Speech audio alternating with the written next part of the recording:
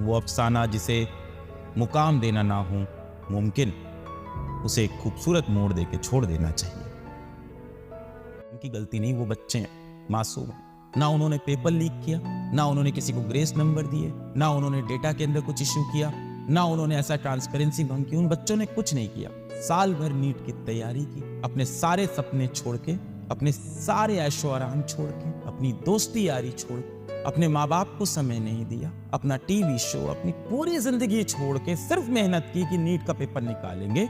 उनकी तो कोई गलती नहीं ना, वो तो सिर्फ न्याय चाहिए। सवाल बेटा जो अब पूछने वाला है वो ये है, अब आगे क्या? ये सवाल अब बेटा मन से बहुत से बच्चे भी कमेंट करेंगे कि यार ये गलत हो गया, अलग सर बिक गए हैं, अलग सर एनटीए की साइड ले रहे हैं, अलग सर सुप्रीम कोर्ट की साइड। मैं तुम्हारी ही साइड हूँ, मैं हमेशा से तुम्हारी ही साइड थी। मैं जब से पढ़ाना शुरू किया हूँ मैं बच्चों की ही साइड हूँ, मैं तुम्हारी ही साइड हूँ। पर सच भी तो बोलना पड़ेगा ना बेटा। मीठा मीठा बोल के तुम्हें बहका के क्या होगा? प्रैक्टिकल तो होना पड़ेगा ना यहाँ से। आज आप बहुत से बच्चे दुखी हैं, मैं समझ सकता हूँ, दुख हुआ है, दुखी हुए हैं, दर्द हुआ है। There is nothing except moving on।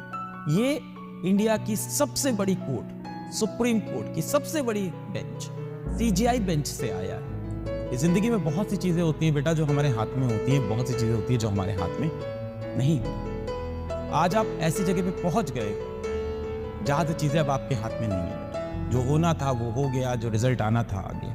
What should we do?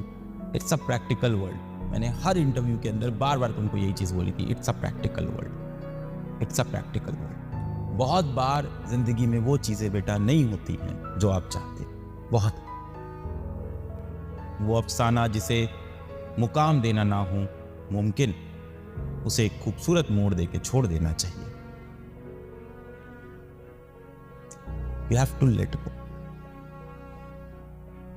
And this is not the first time in life. बहुत बार बेटा जिंदगी में आपको चीजों को लेट गो करना पड़ेगा। आज ऐसा ही एक मोमेंट है। मैं हमेशा तुम्हारे साथ हूं, हमेशा तुम्हारे साथ रहूंगा, हमेशा।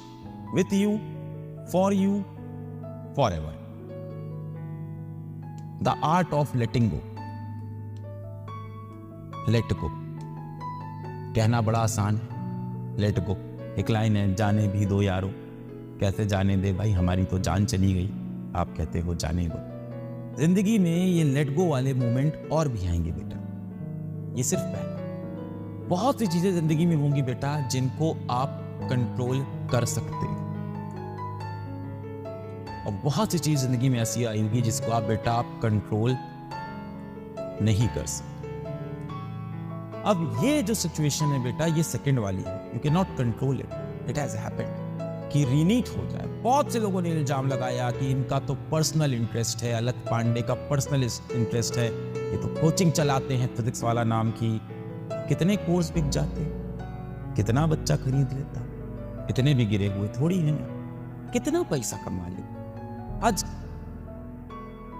पता नहीं कितने हजार करोड़ों की आज वैल्यू होगी, और इतना थोड़ी गिर सकते हैं। अब यहां से जीवन में आगे बढ़ना। मैं अपने आपको एक कहानी सुनाता हूं, कैसे मूव ऑन कर सकते हैं। कॉलेज के थर्ड ईयर में जब मैं था बेटा, तो मेरे को ना कॉलेज की पढ़ाई नहीं अच्छी लग रही थी, समझ में नहीं आ रही थी। सच बोलूं तो मैं पढ़ता ही नहीं था, क्लास जाता ही नहीं था, इंटरेस्ट नहीं आया, जो भी कह लो। बुरी आदतें, गंदी दोस्ती, डिस्ट्रैक्टेड लाइफ, इधर उधर घूम रहा हूं, किसी दोस्त के रूम में पढ़ा हूं, कभी किसी सीनियर के रूम में पढ़ा हूं। और उत्तर प्रदेश का एक प्रसिद्ध कॉलेज में था मैं, HBTI नाम करके कॉलेज था, उत्तर प्रदेश के स्टेट का प्रथम नंबर का कॉलेज माना जाता। इन सब कारणवश से लास्ट में मुझे कॉलेज छोड़ना पड़ा। स्टेट के अंदर 600 रैंक आई थी मेरी, बोर्ड के अंदर कुछ 93% नंबर आए थे। तो एक पढ़ने वाले बच्चे, एक मेधावी बच्चे में काउंट होते थे। गरीब घर, काफी गरीब, स्लम के अंदर रहते थे हम लोग, किराए के घर, 1200 रुपए 1100 रुपए कुछ किराया था। लौट के वापस घर आए तो कोचिंग पढ़ाई, और फिर कई लोग मुझसे आके बार बार पूछते थे कि अलग कॉलेज छोड़ने का फैसला सही लगता है गलत लगता है। बहुत से लोग, सब भाई सबको लगेगा ना। मैंने कहा मैं अब मैं सोचता नहीं है, मुझे नहीं पता ये फैसला सही है या गलत, अब तो फैसला ले लिया, अब तो आगे बढ़। इसे बोलते हैं बेटा लेट गो। अब नहीं सोचना है, नहीं सोचना। मुझे पता है बार बार ख्याल आएगा, आपको अपने दिल को ना पत्थर जैसा स्ट्रॉन्ग करना है बेटा। अब आगे बढ़।